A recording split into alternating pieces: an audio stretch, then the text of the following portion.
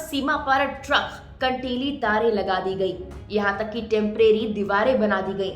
किसानों ने एक बार फिर सरकार के खिलाफ विरोध प्रदर्शन का बिगुल बजा दिया है। पंजाब, हरियाणा समेत कई राज्यों से किसान दिल्ली कूच करने की तैयारी में हैं। ऐसे में दिल्ली प्रशासन ने किलेबंदी कर दी है। इससे पहले सोमवार रात को केंद्र सरकार और किसान नेताओं के बीच कुछ डिमांड्स को लेकर बातचीत हुई, लेकिन बैठक बेनतीजा रही।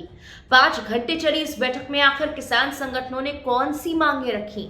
आखिर बार बार किसान दिल्ली में प्रदर्शन क्यों कर रहे हैं?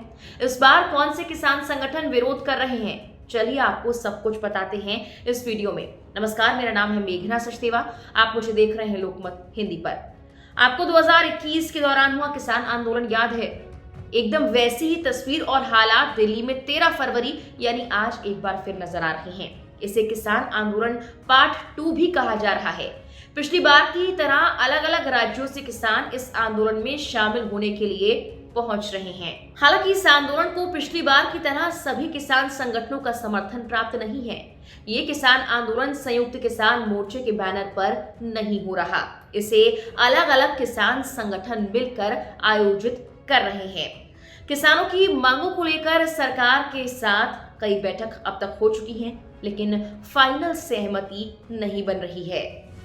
अब आपको वो मांगे बताते हैं जिनको लेकर किसान एक बार फिर से दिल्ली चलो का नारा लगा रहे हैं। सबसे पहली मांग है किसानों की सबसे खास मांग, न्यूनतम समर्थन मूल्य MSP के लिए कानून बनाना।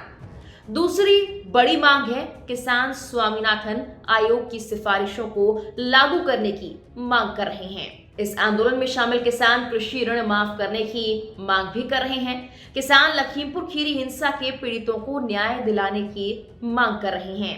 भारत को WTO से बाहर निकाला जाए। कृषि वस्तुओं, दूध उत्पादों, फलों, सब्जियों पर आयात शुल्क कम करने के लिए भत्ता बढ़ाया जाए। किसानों और 58 साल से अधिक आयु के कृषि मजदूरों के लिए पेंशन योजना लागू कर 10,000 रुपए प्रति माह पेंशन दी जाए। प्रधानमंत्री फसल बीमा योजना में सुधार के लिए सरकार की ओर से स्वयं बीमा प्रीमियम का भुगतान करना, सभी फसलों को योजना का हिस्सा बनाना और नुकसान का आंकलन करते समय समय पर खेत एकड़ को 1 इकाई के रूप में मानकर नुकसान का आंकलन करना।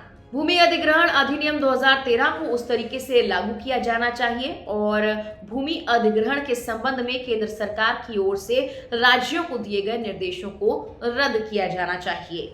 कीटनाशक बीज और उर्वरक अधिनियम में संशोधन कर कपास सहित सभी फसलों के बीजों की गुणवत्ता में सुधार किया जाए। ये वो तमाम मांगे हैं जो किसानों ने खुद बताई हैं और मीडिया में इनका जिक्र भी किया है। सोमवार रात को केंद्र सरकार और किसान नेताओं के बीच इन्हीं मांगों को लेकर एक बैठक हुई, लेकिन उसमें कुछ ही बातों पर सहमति बन पाई है।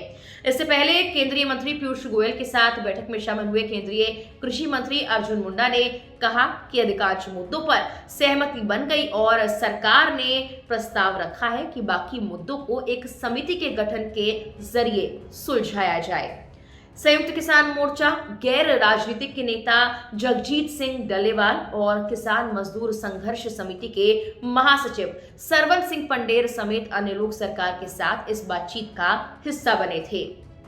वहीं PTI की रिपोर्ट की बात की जाए तो ये बताया गया कि एक बैठक में केंद्र ने 2020-21 के आंदोलन के दौरान किसानों के खिलाफ दर्ज मामले वापस लेने पर सहमति जाहिर कर ली है। हालांकि किसान नेता फसलों के लिए न्यूनतम समर्थन मूल्य यानी MSP की गारंटी देने वाले कानून को बनाने की मांग पर अड़े हुए हैं, इसीलिए सभी मुद्दों पर सहमति नहीं बन पाई। बैठक के बाद किसान नेता पंडेर ने बताया कि हमने उनके साथ लंबी बातचीत की, हर मुद्दे पर बातचीत हुई। हमारी कोशिश किसी भी टकराव से बचने की ही थी। हम चाहते थे कि उनके साथ बातचीत के जरिए इस मुद्दे को सुलझा लिया जाए। अगर सरकार ने हमें कोई पेशकश की होती तो हम अपने आंदोलन पर पुनर्विचार कर सकते थे। उन्होंने दावा किया कि सरकार की मंशा साफ नहीं है। अब सवाल ये है कि जब बार बार ये बात सामने आ रही है कि इस बार किसान आंदोलन को पहले जैसा समर्थन प्राप्त नहीं, तो भी इतने संगठन कैसे एक साथ दिल्ली कूच की तैयारी में चल पड़े? दरअसल संयुक्त किसान मोर्चा SKM के बैनर तले 32 यूनियन से उपजा किसान आंदोलन अलग अलग इकाइयों SKM पंजाब, SKM गैर राजनीतिक और किसान मजदूर मोर्चा KMM में बट गया है। इसके अलावा अगर बात की जाए तो एसकेएम के तहत 22 यूनियंस ने पंजाब विधानसभा चुनाव लड़ने के इरादे से 25 दिसंबर 2021 को संयुक्त समाज मोर्चा एसएसएम का गठन किया। बलबीर सिंह राजेवाल ने एसएसएम का नेतृत्व संभाला। पंजाब के 3 प्रमुख कृषि संगठन बीकेयू एकता उग्राहन, बीकेयू एकता सिद्धूपुर और बीकेयू एकता दकोंडा ने एसएसएम में शामिल होने से परहेज कर दिया, यानी कि ये संगठन भी अलग अलग रहे। हालांकि इसकी स्थापना के तुरंत बाद कई संगठन एसएसएम से हटने लगे। जैसे ही चुनाव लड़ने का निर्णय उल्टा पड़ा, एसएसएम ने अपनी गति खो दी और 5 कृषि समूहों तक सिमट कर रह गया। राजेवाल के नेतृत्व वाले इस गुट का 15 जनवरी 2024 को एसकेएम में फिर विलय हो गया। इस तरह से हरियाणा में किसान नेता गुरनाम चढ़ूनी ने एक और पार्टी संयुक्त संघर्ष पार्टी की स्थापना की, जिसे असफलताओं का सामना करना पड़ा। 2020 के मुकाबले भले ही इस फरवरी ज्यादा किसान संगठन सड़कों पर नजर आ रहे हैं, लेकिन ये उन्हीं संगठनों में से टूट कर बने हैं जो पिछले काफी वक्त से कई बार विरोध प्रदर्शन कर चुके हैं। किसान आंदोलन और दिल्ली चलो की तैयारी को लेकर आपकी राय क्या है, हमें कमेंट कर जरूर बताएं। फिलहाल के लिए इस वीडियो में इतना ही।